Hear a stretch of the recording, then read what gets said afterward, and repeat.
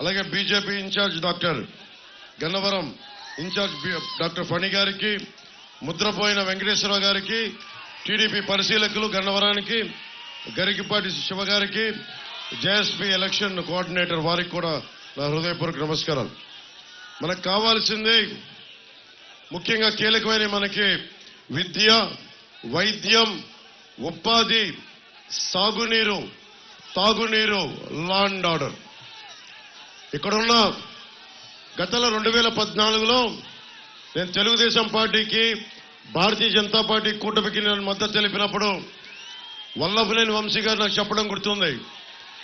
ఎప్పుడు ఓటయ్యని ప్రాంతాల్లో కూడా మీరు చెప్పడం వల్ల నాకు ఓట్లు పడ్డాయి అని చెప్పి మనస్ఫూర్తిగా చెప్పారు. అతను చాలా హేతు ఉన్న నాయకుడు, వివేకం ఉన్న నాయకుడు, ప్రజలకు అండగా ఉన్న నాయకుడు అనుకున్నాను. కానీ ఈ రోజున విభేదాలు ఉండొచ్చు.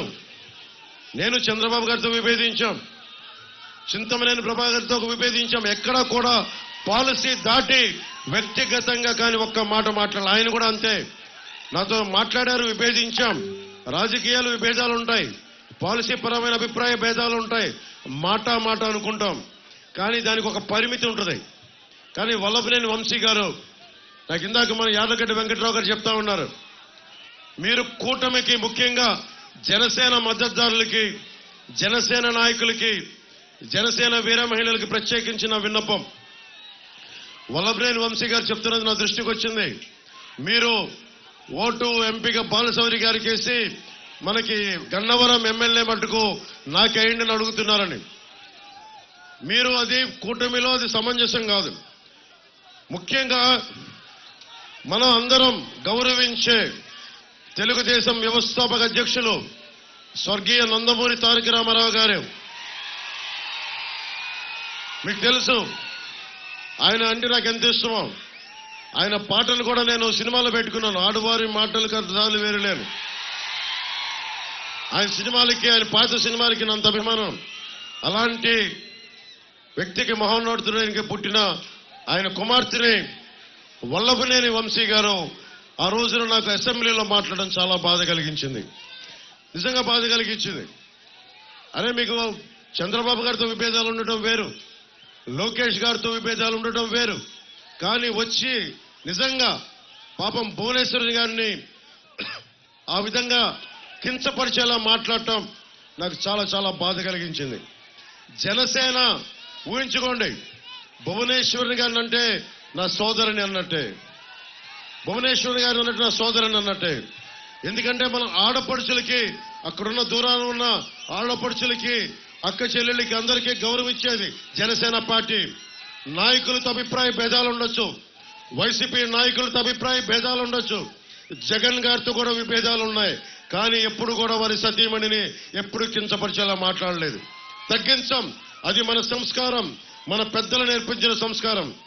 కానీ వల్లభనేని వంశీ గారికి ఓటు కనుక జనసేన మద్దతుదారులు వేస్తే స్త్రీని అగౌరవపరిచిన వ్యక్తికి, ఆడవారిని అగౌరవపరిచిన వ్యక్తికి, మా సోదరుని అగౌరవపరిచిన వ్యక్తికి మనం మద్దతు తెలిపినట్టే.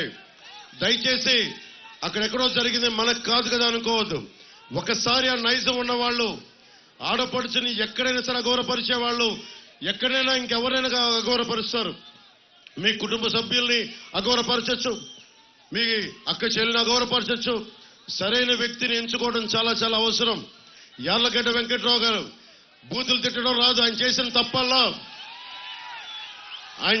తప్పల్లా సంస్కారంగా ఉండటం, గౌరవ మర్యాదలతో ఉండటం, రాజకీయాన్ని రాజకీయ విధానాలతో చూడటం, రాజకీయ విభేదాలుంటే పద్ధతిగా మాట్లాడటం, విమర్శించడం, అంతేగాని దిగజారిపోయి బూతులు తిట్టడం, నీచంగా దిగజారడం ఆయనకు తెలీదు.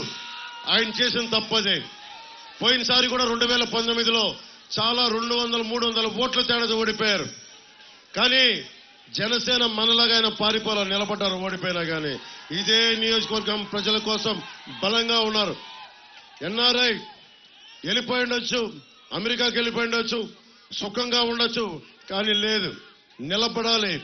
మన నియోజకవర్గానికి ఓడినా నిలబడాలని చెప్పి పార్టీని కూడా వదల్లా.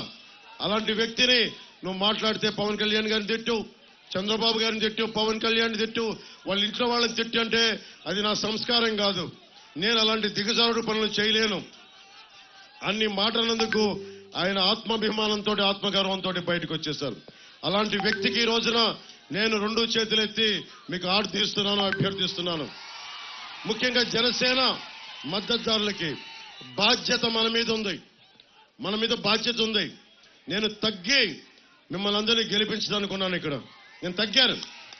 ఎందుకు తగ్గానంటే రేపొద్దున ఈ రోజున ఇప్పుడు మన గన్నవరం నియోజకవర్గం నుంచి ప్రజాప్రతినిధులు, విద్యావంతులు, సామాజికవేత్తలు నాకు ఒక విజ్ఞాపన పత్రాన్ని ఇచ్చారు. దాంట్లో ముఖ్యంగా వాళ్ళు అడిగింది ఒకటే, మీ అందరి భవిష్యత్తు కోసం అడిగారు. బందర్ పోర్ట్ అభివృద్ధి చేయమని చేయండి. Machilipatnam to Kalluru bypass NH 216 హైవేని ఏర్పాటు చేయండి. చట్ట ప్రకారం భూములు కోల్పోయిన వారికి నష్టపరిహారం ఇప్పించండి. గన్నవరం ఎయిర్పోర్ట్స్ కోసం సేకరించిన భూములకి ల్యాండ్ పూలింగ్ లో అమరావతిలో ప్లాట్లు కేటాయించండి. కౌలు బకాయిలు ఇప్పించండి అడుగుతా ఉన్నారు. అలాగే బ్రహ్మలింగయ్య చెరువుని రిజర్వాయర్ గాను ఉన్న ఎమ్మెల్యే మనకి బ్రహ్మలింగయ్య చెరువుని మట్టి తవ్వేశారు.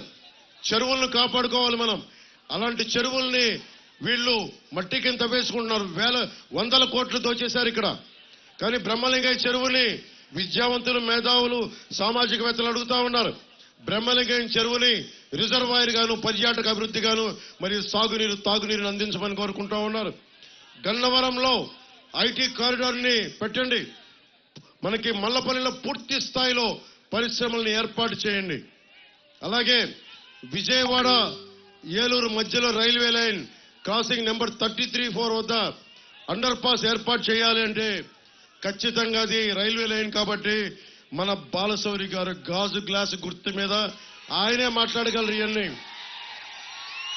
ఆయన మాట మెత్తగా ఉంటుంది. గొంతెత్తితే పగిలే కొద్ది గాజు ఎంత పదులెక్కుద్ది, ఆయన అంత పదులెక్కే మనిషి, పదులున్న మనిషి ఆయన. అలాగే NH 16 వేలూరు క్రాసింగ్ ని కూడా జాతీయ రహదారికి అండర్ పాస్ ఏర్పాటు చేయమంటా ఉన్నారు. 2 అండర్ పాస్లు కోరుకుంటా ఉన్నారు, బ్రిడ్జిలు కోరుకుంటా ఉన్నారు. ఇవన్నీ కొన్ని కేంద్ర ప్రభుత్వం పరిధిలో ఉన్నాయి, కొన్ని రాష్ట్ర ప్రభుత్వ పరిధిలో ఉన్నాయి. వీటన్నిటిని మనస్ఫూర్తిగా మేము బాధ్యత తీసుకొని పూర్తి చేస్తామని నేను మీ అందరికీ మాటిస్తున్నాం. నేను ఇదే ఈ రోజు అడుగుతా ఉన్నాం. నేను పని చేస్తాను. నేను పిఠాపురం నుంచి పోటీ చేస్తున్నాను.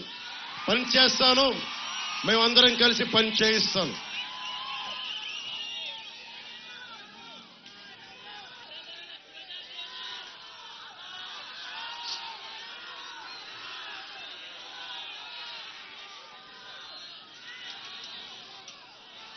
ముఖ్యంగా సిబ్బంది కొరతతోటి మీరు అడిగారు కదా, జగన్ కి మీరు చాలా మంది ఓటేసి ఉండొచ్చు. పోయినసారి మెగా DS ను చొక్కా దించుకున్నాను. నువ్వు షారుఖ్ ఖాన్ లాగున్నావు. ఒక్కొక్కరికి ఒంటి మీద బలం, అస్సలు కొవ్వులు లేకుండా బలంగా ఉన్నారు. మీరు కోరుకుంది ఏం కావాలి? నీకు ఉపాధి అవకాశాలు కావాలి, విద్యా అవకాశాలు కావాలి. ఏం కావాలి నీకు?